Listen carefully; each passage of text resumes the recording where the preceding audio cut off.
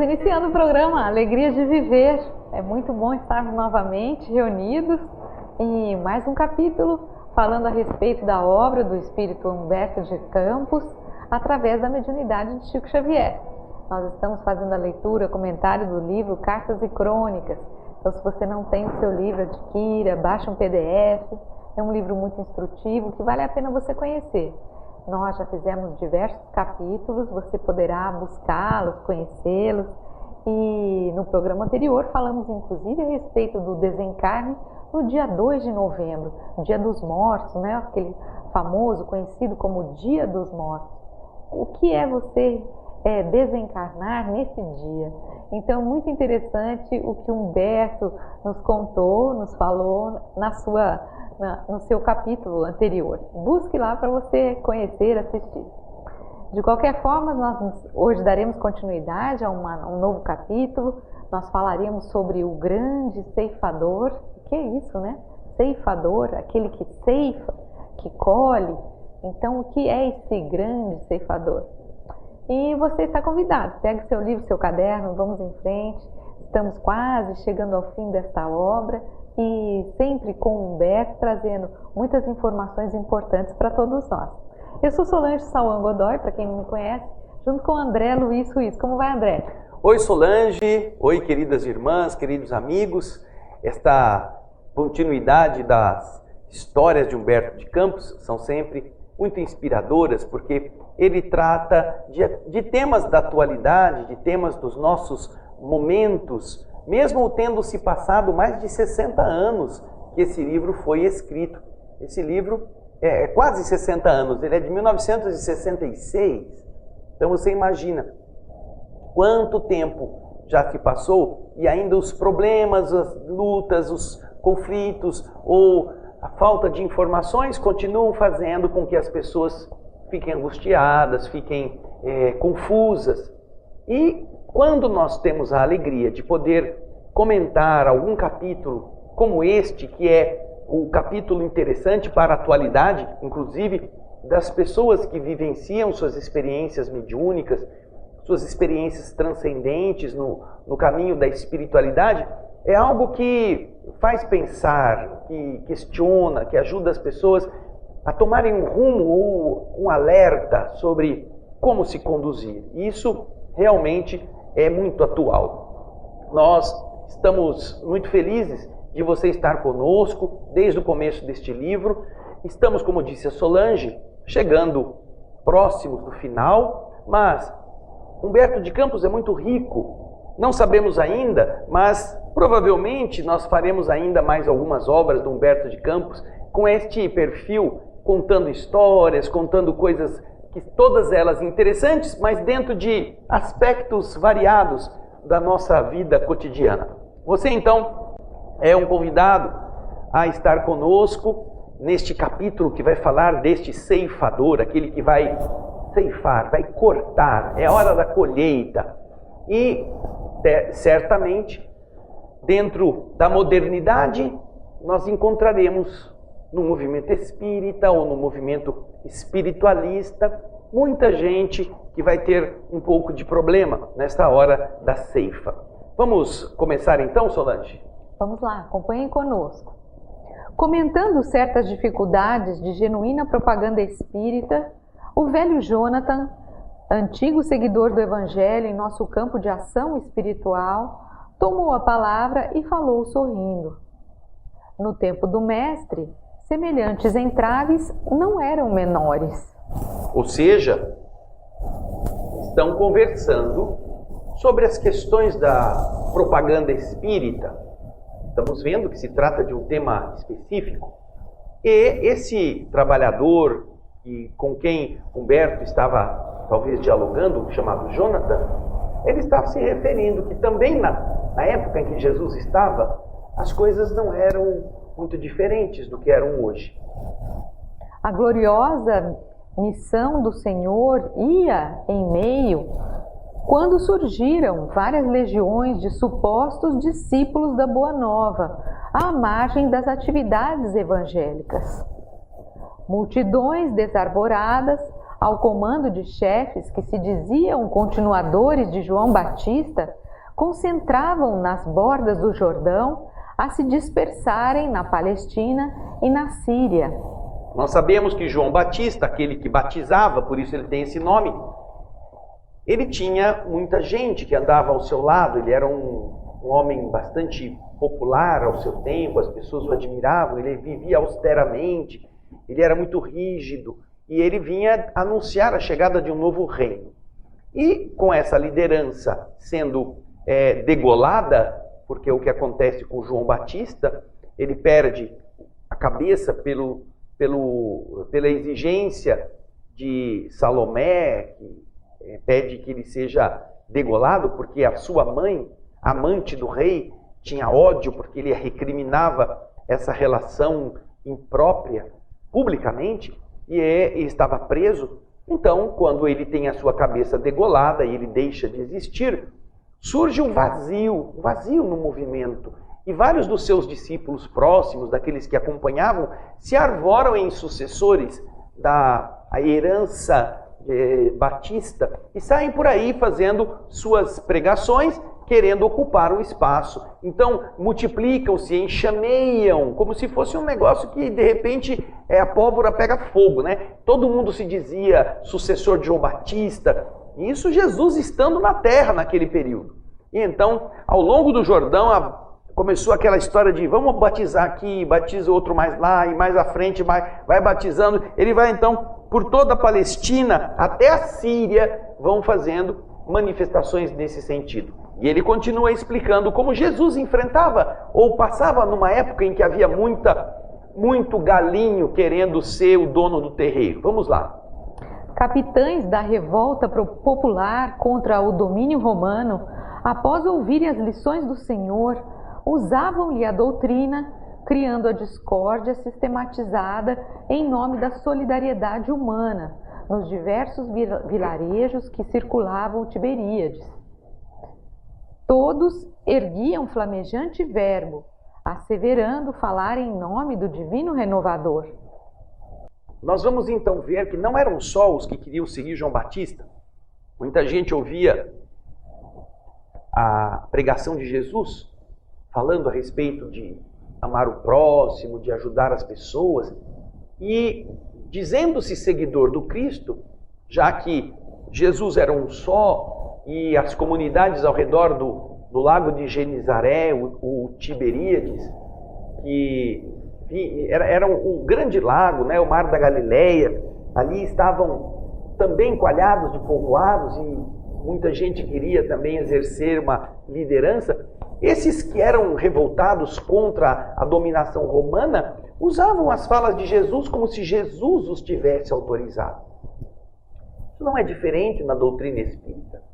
Nós temos muitas pessoas que usavam fotografias com Chico Xavier, com Francisco Cândido Xavier, como se fossem amigos íntimos, e depois escreviam livros de sua própria lavra, de sua própria autoria, e para darem algum tipo de seriedade ou de aval, apresentava a fotografia do Chico, logo no começo, para mostrar, eu sou amigo, eu estou falando porque eu estive com ele me confessou coisas. Então, essas maneiras de ser já eram antigas, e o Jonathan está contando o que acontecia, mas ele vai detalhar ainda mais. Vamos acompanhar aquilo que o Jonathan nos conta. Jesus, o Messias Nazareno, achava-se entre os homens, investido da autoridade indispensável à formação de um novo reino. Destruiria os soberanos estrangeiros e aniquilaria ditadores do poder. Discursos preciosos faziam-se ouvir nos cenáculos do povo e nos quadros rústicos da natureza, exaltando a boa vontade e a comunhão das almas, o devotamento e a tolerância entre as criaturas. Milhares de ouvintes escutavam, assim, sublimados, embevecidos, enlevados, essas pregações, estáticos e felizes, como se eles já respirassem num mundo novo, Quando Jesus falava, a vibração era tão intensa que as pessoas ficavam assim, como que hipnotizadas pela esperança, pelo quadro generoso do futuro que Jesus apresentava a elas. E isto fazia as pessoas quererem naturalmente seguir Jesus. E, obviamente, aqueles que queriam imitar Jesus também tinham tinham ambições que eram semelhantes entre si, sem terem a qualidade de um Jesus para poder falar. Porém, continua o texto aqui, no turbilhão, na agitação dos conceitos vibrantes e nobres, ali estavam aqueles que, arrecadando dinheiro para socorro às viúvas e aos órfãos, esqueciam-nos deliberadamente. Esqueciam as viúvas e os órfãos para enriquecerem a própria bolsa. E apareciam também aqueles oportunistas que, se incumbindo da doutrinação referente à fraternidade, utilizavam-se da frase bonita, bem feita, para a realização das mais baixas manobras políticas. Olha só, né? Existem cobras de todos os tipos. As que querem ficar ricas, querem se dar bem, as que querem aproveitar a onda e conseguir surfá-la, e aqueles que, não querendo se dar bem com relação a dinheiro, querem ser líderes para empurrar as pessoas na direção que lhes seja mais conveniente. Querem criar circunstâncias favoráveis aos seus objetivos políticos, no que é mais rasteiro. Veja só, estamos falando do tempo de Jesus ou estamos falando de hoje? O que será? Se alguém ouvir uma descrição sem referências temporais, não saberá dizer se é de agora ou terá talvez mais inclinação em acreditar que se trata de um texto referindo-se ao hoje. E vai se surpreender quando abrir todo o texto e perceber que estão sendo referidas posturas do tempo do Cristo, quando Jesus ainda estava entre as pessoas. Olha só. Solange, o que mais? Foi por isso que, em certa tarde, quando a multidão se congregava em torno do Mestre, junto às águas, para recolher-lhe a palavra consoladora e o ensino salutar, Simão Pedro, homem afeiçoado à rude franqueza, valendo-se da grande pausa que o eterno benfeitor imprimira à própria narrativa, quando expunha a parábola do semeador, interpelou o mestre diretamente, perguntando: Mestre, e que nós faremos daqueles que exploram a ideia do reino de Deus? Em muitos lugares, encontramos aqueles que formam grupos de serviço em nome da boa nova nascente, esta que você prega, tumultuando corações em proveito próprio. Agitam a mente popular e formulam promessas que não podem cumprir.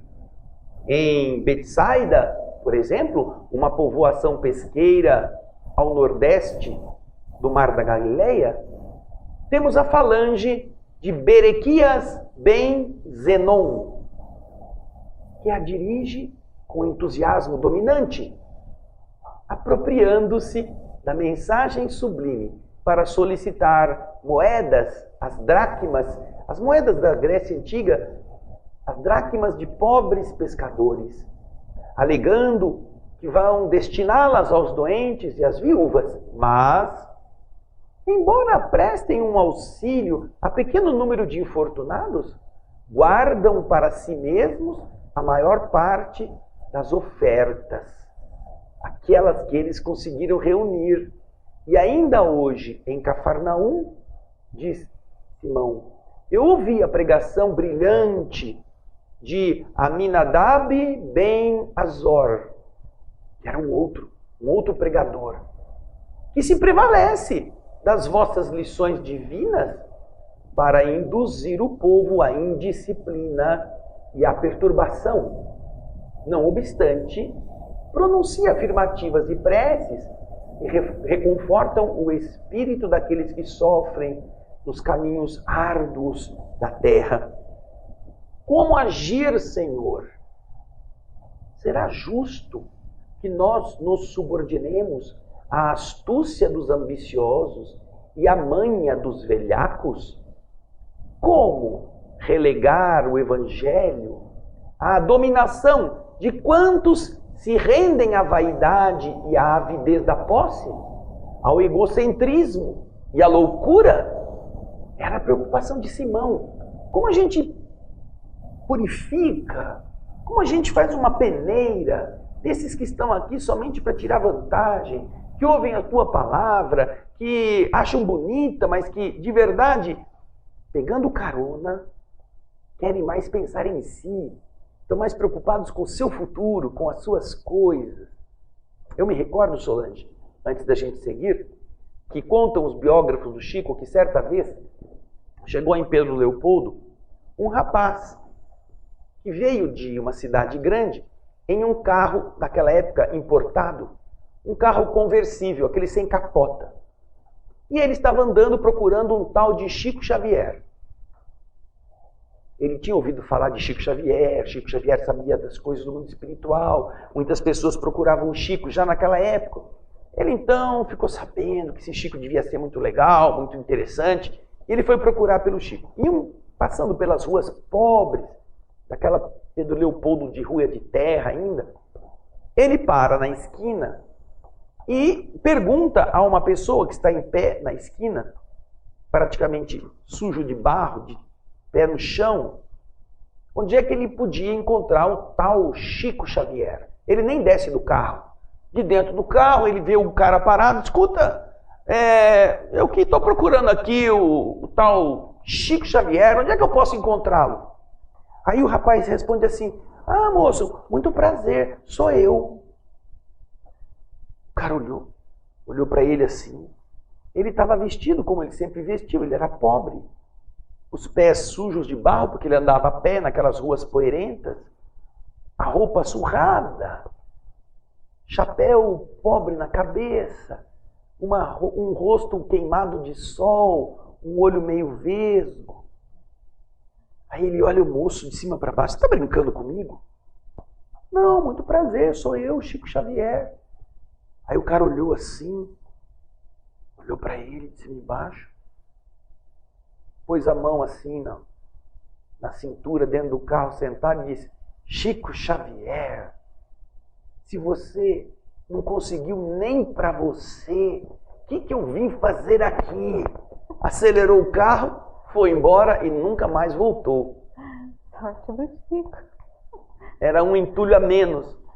Mas você vê, o indivíduo ouviu falar do Chico Xavier e foi procurar o Chico Xavier para ver se ele não tinha como arrumar uma boquinha, arrumar um jeitinho de ele também ganhar alguma coisa com a fama do Chico Xavier. E quando ele se depara com um Chico que é exatamente a expressão do que ele pregava, a pobreza, a simplicidade, a mansuetude, ele se envergonha daquela pessoa despojada. Não é isso que eu quero para mim. Se você não arrumou nem para você, o que eu estou fazendo aqui? Nunca vou ficar rico aqui, com gente como você. Porque de verdade não era aquilo que ele queria. Então o Simão Solange, ele está indignado com essas pessoas que estão usando a fala de Jesus, os conceitos de Jesus, para se dar bem na vida. E ele pergunta, o que nós devemos fazer com esses indivíduos? Como que a gente deve agir? Exatamente. Vamos deixar as coisas ficarem assim? Estão deturpando a sua mensagem? E aí vamos ver o que Jesus diz. Isso mesmo, vamos lá? Jesus meditou alguns instantes e disse, Simão, antes de tudo, é preciso considerar que o crime confesso encontra na lei a correção estabelecida. Quem rouba é furtado, quem ilude os outros engana a si próprio, e quem fere será ferido. Primeiro, Jesus coloca as coisas no seu devido lugar, de acordo com a lei de causa e efeito. É preciso, Simão, perceber que aquele que age mal, aquele que é criminoso, confesso, encontra na lei do universo, a corrigenda, a correção que a lei estabelece. Quem rouba é furtado. Quem ilude os outros engana a si mesmo, e quem fere também acabará ferido. E então Simão ouve aquilo, mas como Simão era assim meio cabeça dura, não é? Ele volta e pergunta: mas Senhor, no processo aqui que estamos comentando, acredito que seja necessário ponderar que os males decorrentes da falsa propaganda são imensos. Vão falar em teu nome e vão falar mentiras, e essas mentiras vão salpicar em você. Não haverá recurso para sustá-los de imediato, para acabar com isso de uma vez por todas? O excelso amigo considerou paciente. Se há juízes no mundo que nasceram para o duro mistério de retificar, aqui nos achamos para a obra do auxílio. Simão, existem no mundo pessoas que nasceram para punir os que praticam delitos. Mas nós estamos no mundo, Simão, para ajudar. Não podemos esquecer que os verdadeiros discípulos da Boa Nova, atentos à missão de amor que lhes cabe, não dispõem de tempo e disposição para partilhar as atividades dos irmãos menos responsáveis. Não dá para perder tempo com gente que não faz o que deve. Nós temos que cumprir a missão de amor. E o tempo para fazer isso já é curto.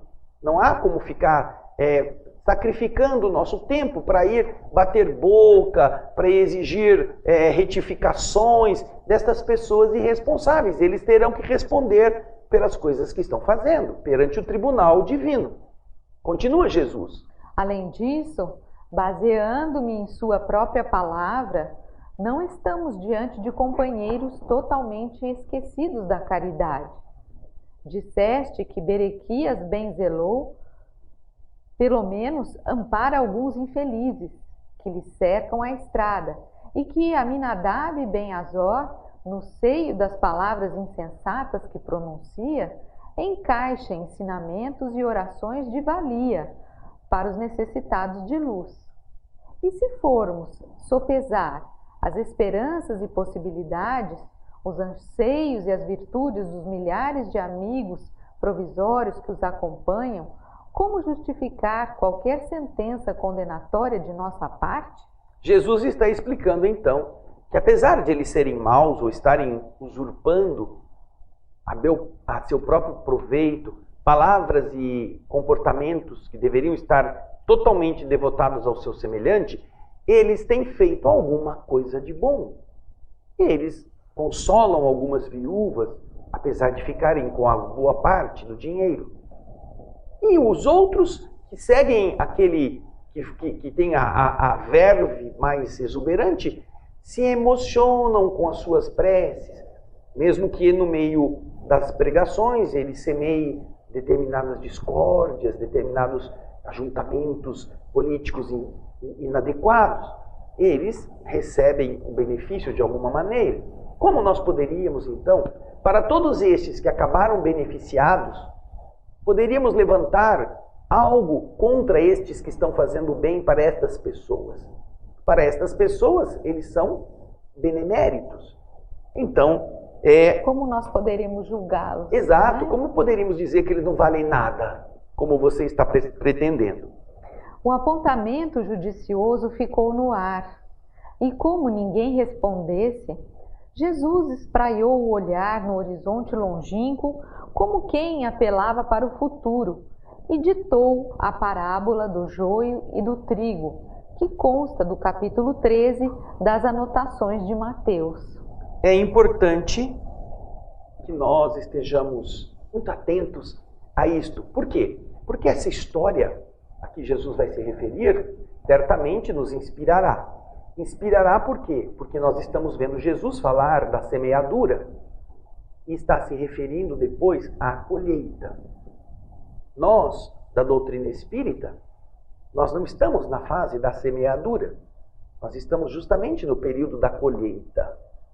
Por isso, dentro da história ou do texto que Jesus vai ditar aos discípulos, é importante que nós localizemos a nossa ação atual. e como nós deveremos interpretar estes ensinamentos que nos vinculam ao comportamento na hora da colheita. Porque, de verdade, há muita gente que se vale da doutrina espírita para, em nome da doutrina espírita, ficarem bem de vida, ganharem dinheiro com a mediunidade, aplicarem terapêuticas, cobrando para a transfusão de energia, quando na casa espírita aplicavam o passe magnético de graça, e que depois, não querendo perder dinheiro com o tempo que se dedicavam ao próximo, inventaram para si determinadas terapêuticas, cursos que pagam para fazer e que, porque pagaram para fazer, se sentem no direito de ir e cobrar dessas terapêuticas aqueles que forem buscar o seu serviço em seus consultórios, em seus núcleos de arrecadação, utilizando-se da mesma energia que antes estava doando gratuitamente na instituição espírita. Isso quando não vamos encontrar pessoas no movimento espírita interessadas em desvirtuar o movimento para fazer adeptos políticos aos seus ditames, às suas inclinações, muitas vezes materialistas. Muitos materialistas penetram nas religiões para deturpar a religião de dentro para fora.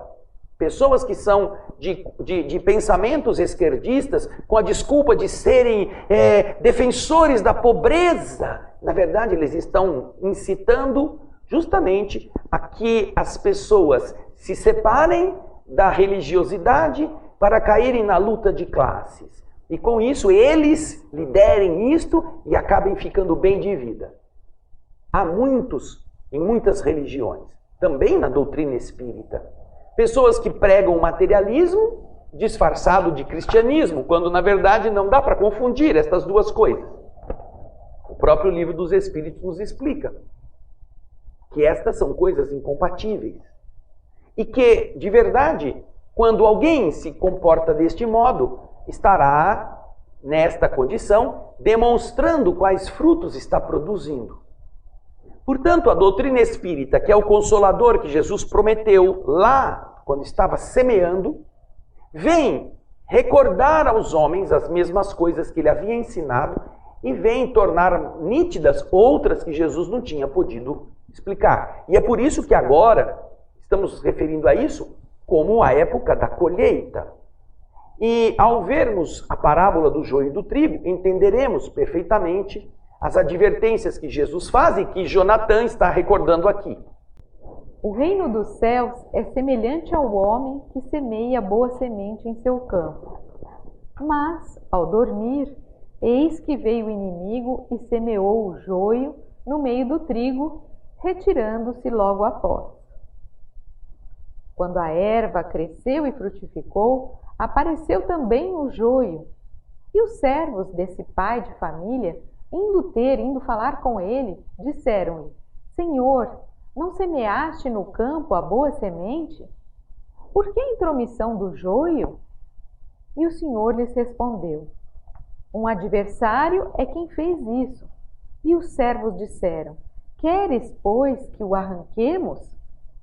Respondeu-lhes, porém, o Senhor: Isso não, para que não aconteça, extirpemos o joio, sacrificando o trigo. Deixemos ambos crescer juntos até o momento da colheita. Nessa ocasião, direi nos trabalhadores: colhei primeiramente o joio para que seja queimado, e ajuntai o trigo no meu celeiro. Calou-se o Cristo pensativo. Então a gente vai entender aqui uma coisa interessante.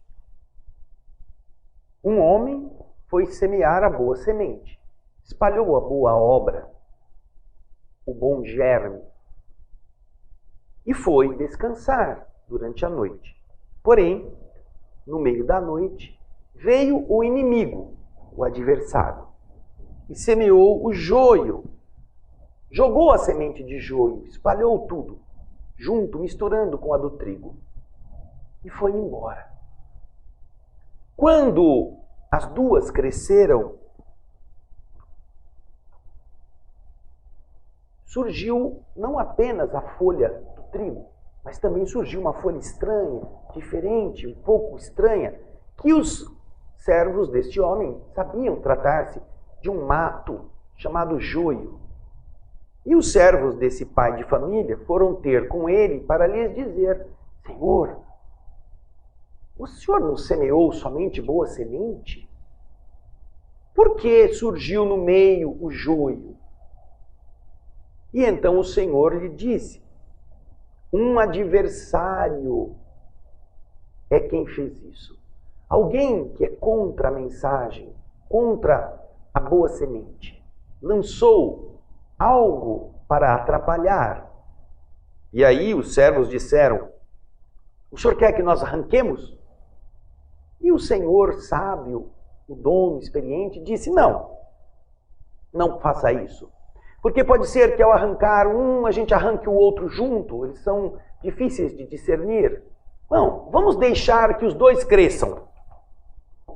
Que os dois possam vicejar. E quando eles produzirem a semente, será fácil de notar qual é a semente do trigo, qual é a semente do joio. Aí então nós arrancamos o joio e queimamos. Ele é inútil. E enquanto isso, guardaremos a semente do trigo no nosso celeiro para ser útil para nossas necessidades. Então você vê, agora na época da transição, da mudança de mundo de prova e expiação para mundo de regeneração, é que estamos podendo mostrar os frutos. Quem é joio produz frutos de joio. Aparentemente pode ter aquela aparência de bonzinho, de amistoso, de fraterno, pode falar mansinho, mas deturpa a verdade para tirar proveito dela. Em todos os níveis religiosos, inclusive no caminho espírita também.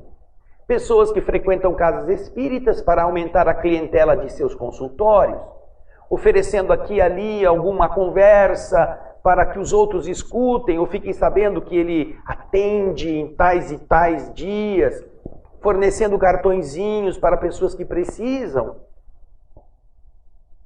Ou então, oferecendo serviços para instituição de reparos na área elétrica, na área do telhado, e fazendo isso à vista de todos, assim dando a conhecer com a aparente cara de caridade a sua capacidade profissional e arrumar clientela na instituição que vai pedir para ele fazer a mesma coisa na casa das pessoas, pagando pelo trabalho, pagando pelo serviço.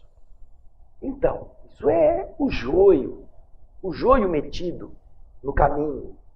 Mas é preciso que as pessoas produzam esses frutos. Pessoas que deixam o trabalho generoso e de caridade da casa espírita através da fluidoterapia ou através do esclarecimento nas reuniões de desobsessão para tornarem-se membros de grupos que fazem essas terapêuticas de nomes esquisitos que eles inventam. E com isso, ganharem notoriedade, clientes, etc, etc. Enquanto que no centro espírita não ganhariam nada, do ponto de vista material. Esse é o joio. Está em toda parte, em todas as crenças, em todas as profissões. Aonde está o ser humano, de interesses, de egoísmo, de ambições, encontraremos comportamentos travestidos de bondade, mas que, na verdade, tem outro objetivo. Isso fica bem claro naquilo que Jesus está falando, naquilo que Jonatas está dizendo, e é um alerta para todos nós que hoje estamos na Terra, sobretudo vivendo as leis do mundo espiritual com ânimo de nos melhorarmos. Porque, de verdade, será muito complicado chegarmos do outro lado e encontrarmos várias pessoas que acreditaram no que nós falamos e que melhoraram, e ao mesmo tempo nós não estarmos no mesmo padrão que eles, porque nós apenas falamos e não vivemos. Então, nos impregnamos de um lixo de egoísmo, de indiferença, de artificialismo, enquanto que aqueles que escutaram o que nós falamos e viveram, esses estão melhores. Isso será vergonhoso. Vergonhoso para nós. É como a história do irmão Jacó no livro Voltei, a vergonha dele de chegar do outro lado, tendo participado do movimento espírita na Terra, inclusive como diretor da Federação Espírita Brasileira, e chega do lado de lá e se vê apagado, se vê sem luz nenhuma, enquanto que todos os seus amigos já estavam iluminados. Como ele poderia justificar que ele, que conhecia a doutrina, que era membro de uma instituição verdadeiramente veneranda no movimento espírita da época, ele mesmo não tinha luz? O Voltei do irmão Jacó, escrito pelo próprio através do Chico, é um atestado exatamente dos frutos, do que nós produzimos. Aí então, chegamos na parte em que o Simão de novo quer saber, né, Solange? Porque Jesus diz que nós vamos recolher o joio, será queimado, e o trigo será guardado no meu celeiro. Vamos ver. E aí Simão continua, né? Bom, mas como é que vai ser isso mesmo, né? Simão, todavia, insatisfeito, voltou a perguntar a Jesus: mas Senhor, em nosso caso, quem colherá a verdade, separando-a da mentira? O mestre sorriu de novo e respondeu: Pedro, o tempo é o grande ceifador. Esperemos por ele, cumprindo o dever que nos compete. A vida e a justiça pertencem ao Pai, e ao Pai decidirá quanto aos assuntos da vida e da justiça. E porque ninguém se opusesse ou opusesse embargo à lição, o mestre se calou para demandar em seguida outros ensinos. Silenciou o velho Jonathan, e a seu turno, com material suficiente para estudos, nós nos separamos todos para concluir e meditar, diz Humberto.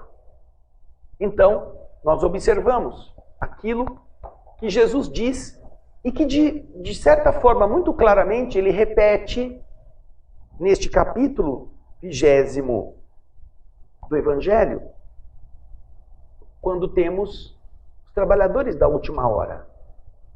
Por isso que neste capítulo, os trabalhadores da última hora, nós estamos nos referindo ao tempo da colheita. Não estamos falando no tempo da semeadura. A semeadura Jesus fez. Depois vieram outros que começaram a fecundar as plantas, mas entraram no seio das religiões, gente interessada em dominar, em explorar, em ganhar, alterar, deturpar, alterar basicamente a essência do cristianismo a seu próprio proveito. Agora, o capítulo 20º do Evangelho segundo o Espiritismo, cujo título é Trabalhadores da Última Hora, aquela parábola que você sabe muito bem, dos trabalhadores que são chamados à última hora do dia para trabalhar só uma hora, e que ao final da hora recebem o mesmo pagamento daqueles que foram contratados para trabalhar o dia todo, nós vamos encontrar justamente a última hora, esta que estamos vivendo, o tempo da colheita. E o Evangelho segundo o Espiritismo apresenta um capítulo todinho, escrito pelo próprio Jesus, o Espírito de Verdade, o capítulo 6º. O capítulo 6º é uma verdadeira lição do Evangelho atual, através do Espírito de Verdade, que nós sabemos, e Kardec apresenta isso como sendo o próprio Jesus de Nazaré. E ele prefere, ao invés de colocar o nome Jesus, colocar o Espírito de Verdade, que faz parte, inclusive, lá no Prolegômenos, dos espíritos responsáveis pelo Consolador prometido. Porém, fora do capítulo 6º, nós temos uma mensagem do Espírito de Verdade, que é justamente esta que termina o capítulo 20º, os trabalhadores da última hora, o Espírito de Verdade, ou seja, Jesus de Nazaré volta a chamar as pessoas para a hora da colheita. E o último trechinho deste capítulo 20º, cujo título é Obreiros do Senhor, o subtítulo final, os Obreiros do Senhor, nós vamos ter aqui missão dos espíritas, os últimos serão os primeiros, que são instruções dos espíritos, e aí termina com Obreiros do Senhor. E aqui nós vamos ver o último parágrafo que diz o seguinte, olha só. Deus faz, neste momento, a contagem dos seus servidores fiéis, aqueles que produzem bons frutos. E marcou com o seu dedo aqueles que não têm senão a aparência do devotamento. Eles só parecem o trigo, mas eles são o joio. A aparência do devotamento. A fim de que estes não usurpem mais o salário dos servidores corajosos. Porque é para aqueles que não recuarem diante de suas tarefas que ele vai confiar os postos mais difíceis na grande obra da regeneração pelo Espiritismo. E estas palavras se cumprirão. Os primeiros serão os últimos, e os últimos serão os primeiros no reino dos céus. O Espírito de Verdade, Paris, 1862.